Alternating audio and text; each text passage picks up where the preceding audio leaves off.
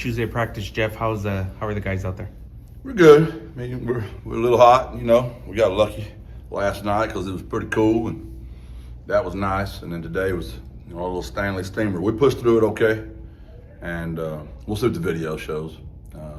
Wasn't as much energy as I would have liked, but we'll watch the video. Sometimes that can be a little misleading till you see what the video shows. You've said the video is the video, but it's a little bit easier after a win. Do you notice any kind of a different atmosphere coming off of the first one of the season?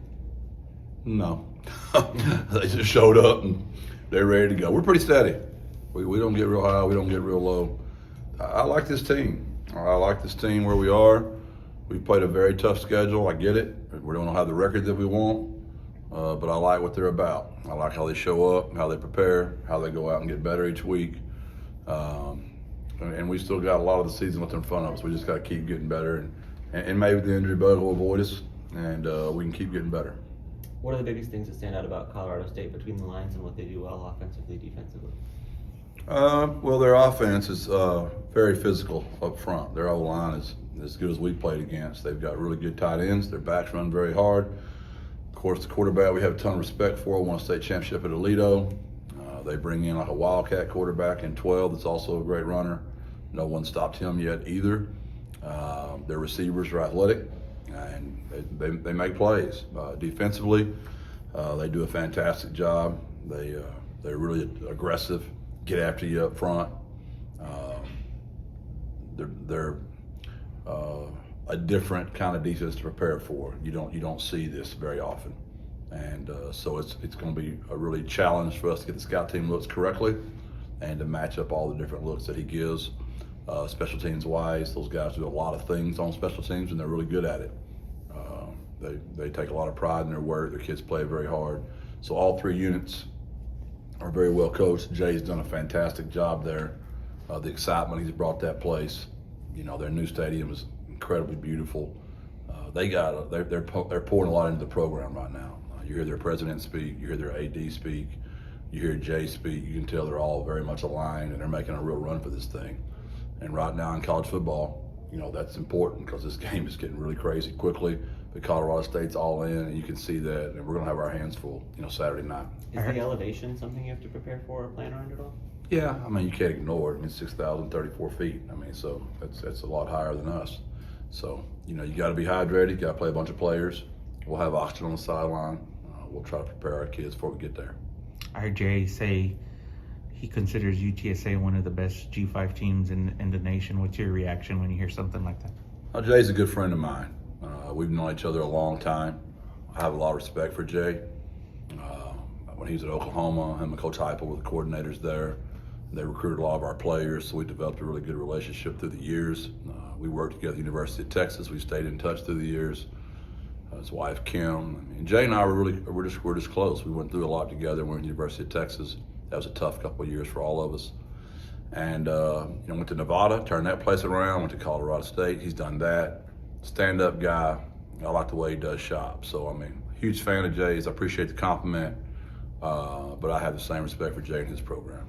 I think you guys are a slight favorite on the road. The odds makers have you guys as 4.5 points. Do you know Jay very well? Jay will make such a huge deal out of that, JJ, just because of you asking that question. I'm sure it'll be in the team meeting.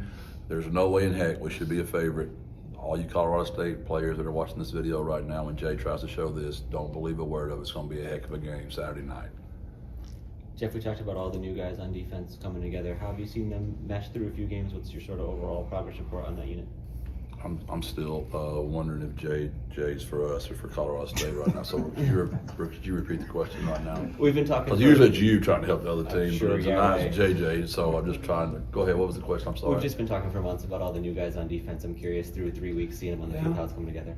I would think, I haven't watched you and JJ's podcast. I imagine we're probably similar in our thoughts that we've taken steps each week, but every time we take one step forward and we think, here we go, we take 2 steps back, right? So the second half leaves, questions because we had those 3 busts in the secondary again, and that's historically been a problem of ours. We're very good against the run, and we miscommunicate in the back.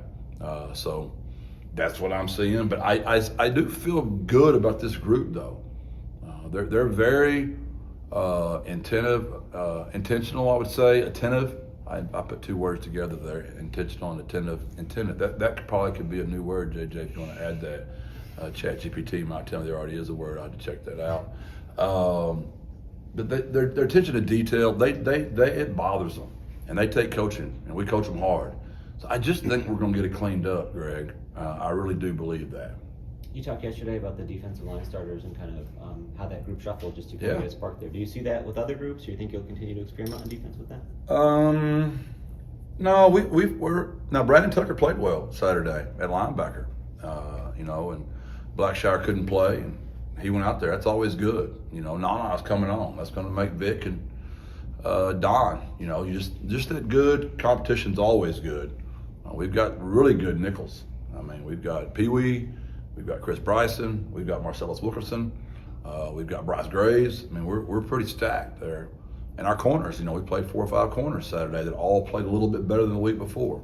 So I don't know that we're necessarily going to change our starting lineup anywhere else like we did with our D-line. But it's probably not a coincidence. The 2 guys that got demoted all had their best games of the year. I said this to y'all whenever the last time I spoke to y'all, AOB. There's a tremendous motivating factor, and like I said at the beginning of the week, I will leave all marriage analogies out of this. I think we're going to talk to Davin Martin in a couple of minutes, just for him stepping up into the starting role and as a single-digit guy. How have you seen him handle that so far? Well, he struggled, early in the year on some plays, but then he made them this week. Made a really great open field tackle, made a high-point interception. We'll see. Can he stack them now? Going on the road is a different animal. There's nobody there for the Roadrunners except for our 1,000 fans that'll travel up there, which we're always grateful for. So we'll see what that's like. I can promise you Jay Norvell is going to go after him. Jay loves to throw the ball down the field. He loves his tricks. I love the way Jay coaches. It'll be a wild game Saturday night. Thank you. Appreciate it. Thank y'all.